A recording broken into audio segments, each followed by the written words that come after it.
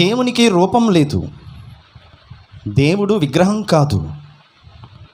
ప్రియమైన దేవుని బిడ్డలారా, దేవుడు బొమ్మ కాదు, దేవుడు ఒక చెట్టు కాదు. దేవుడు, ప్రియమైన దేవుని బిడ్డలారా, ఆయన గురించి చెప్పాలి చూస్తే ఆది సంభూతుడు అనగా, ఆది సంభూతుడు అనగా సృష్టి ప్రారంభంలో ఉన్న ఆయన.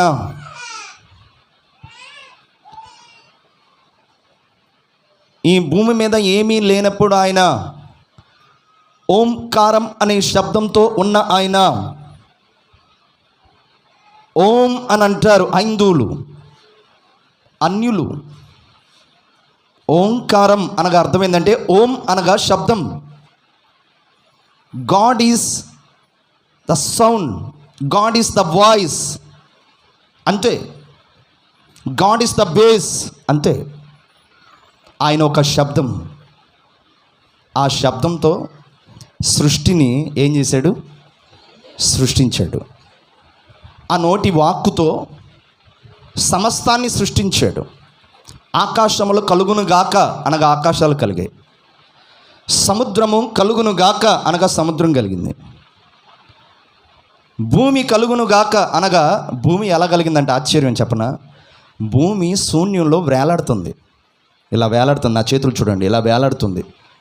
భూమి అనేది, దట్ షేప్ అనేది ఎలా ఉంటుంది అంటే ఓవల్ షేప్ ఉంటుంది. గుడ్డు తెలుసు కదా, గుడ్డు ఓవల్ షేప్లో ఉంటుంది ఎర్త్. అంత మాత్రమే కాదు, భూమి గుండ్రంగా తిరుగుతుంది.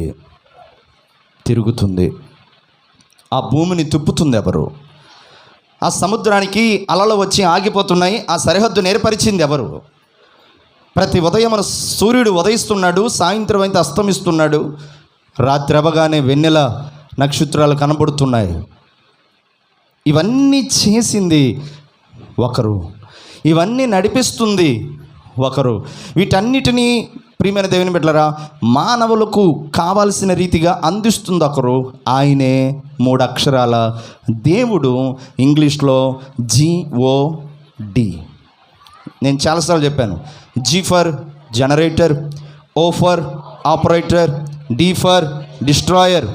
జనరేటర్ అనగా సృష్టించేవాడు, ఆపరేటర్ అనగా నడిపించే నాయకుడు, డిస్ట్రాయర్ అనగా వినాశకుడు. సృష్టించిన దేవుడు నడిపిస్తున్నాడు, నడిపించే దేవుడే వినాశనం కూడా చేయగలిగిన వాడు. దాన్నే యుగాంతం. ఒక రోజున ఈ సృష్టిని దేవుడే నాశనం చేయబోతున్నాడు. ఇప్పుడు ప్రస్తుతం దేవుడు సృష్టిని నడిపిస్తూ ఉన్నాడు. అయితే బాగా ఆలోచించండి, నడిపిస్తూ ఉన్నాడు. నా ప్రియ దేవుని బిడ్డలారా, అయితే దేవుణ్ణి మనం చూచామంటే ఎవరిని చూడలా. దేవుడు ఇలా ఉంటాడు అని అంటే ఎవరికి తెలీదు. ఇదన్నీ నేను ఎప్పుడు దేని విషయం చెప్తున్నానంటే, యేసుక్రీస్తు వారి భూమి మీదకి రాకముందు జరిగిన విషయాలు చెప్తున్నాను. బాగా వినండి. యేసుక్రీస్తు వారు ఈ భూమి మీదకి రాకముందు ఎవరినైనా దేవుడు ఎలా ఉంటాడని అడిగితే ఎవరికి తెలీదు. దేవుడు, ఆయనకు రూపం లేదు, ఆయన ఒక అదృశ్యుడు. ఒక మాట చెప్పాలంటే అదృశ్యుడు అనగా కంటికి కనబడనివాడు.